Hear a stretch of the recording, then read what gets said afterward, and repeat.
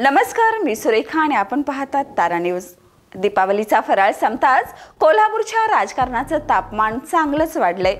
भाजपचे खासदार धनंजय उर्फ मुन्ना महाडिक आणि काँग्रेस आमदार सतेज उर्फ बंटी पाटील ही दोन राजकीय व्यक्तिमत्व पुन्हा एकदा समोरासमोर येण्याची चिन्ह स्पष्ट दिसतायत।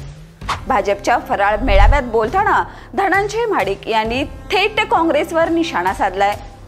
14 वर्षात पाईपलाईन योजना पूर्ण नाही, शहराचा विकास ठप्प आणि भ्रष्टाचार टॉप गिअरमध्ये, या आरोपाने काँग्रेसच्या गोट्यात खळबळ माजली आहे। महाडिकांनी स्पष्ट इशारा दिलाय, महायुती म्हणून लढलो नाही तर स्वबळावर जाणार। महापालिका निवडणुका डोळ्यासमोर आहेत आणि शहरात दोन्ही नेत्यांचं वर्चस्व वेगळ्याच पातळीवर आहे। महाडिक यांचं संघटनावर पकड आणि भाजपचा कार्यकर्ता वर्ग, तर बंटी पाटील यांचं शहरातील मतदारांवरचं मजबूत नेटवर्क, या दोन्हींचा संघर्ष महापालिकेत निर्णायक ठरणार असं राजकीय सूत्र सांगतात। जिल्हा परिषद आणि पंचायत समितीतील राजकारण फक्त महापालिकेतच नव्हे तर ग्रामीण भागातही या दोघांचं वर्चस्व स्पष्ट दिसतंय।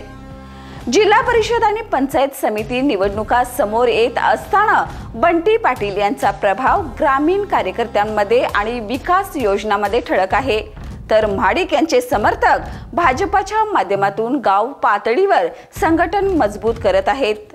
दोघांच्या समर्थकांमध्येही सोशल मीडियावरून हळूहळू टोकाचे संवाद झडू लागलेत आणि यामुळे कोल्हापूर पॉलिटिक्समध्ये पुन्हा एकदा जुनी लढत पेटण्याची चिन्ह दिसतायत। या दोन्ही नेत्यांनी गेल्या काही वर्षात स्वतःचा एक वेगळा राजकीय ब्रँड तयार केलाय। एकीकडे महाडिक यांची भाजपची असणारी निष्ठा आणि आत्मविश्वासपूर्ण भूमिका, तर दुसरीकडे बंटी पाटील यांची स्थानिक संपर्क जाळं आणि काँग्रेसमधील पकड। महापालिका, जिल्हा परिषद आणि पंचायत समिती या तिन्ही पातळ्यावर आता ही जुनी राजकीय लढत पुन्हा उपाळून येणार आहे।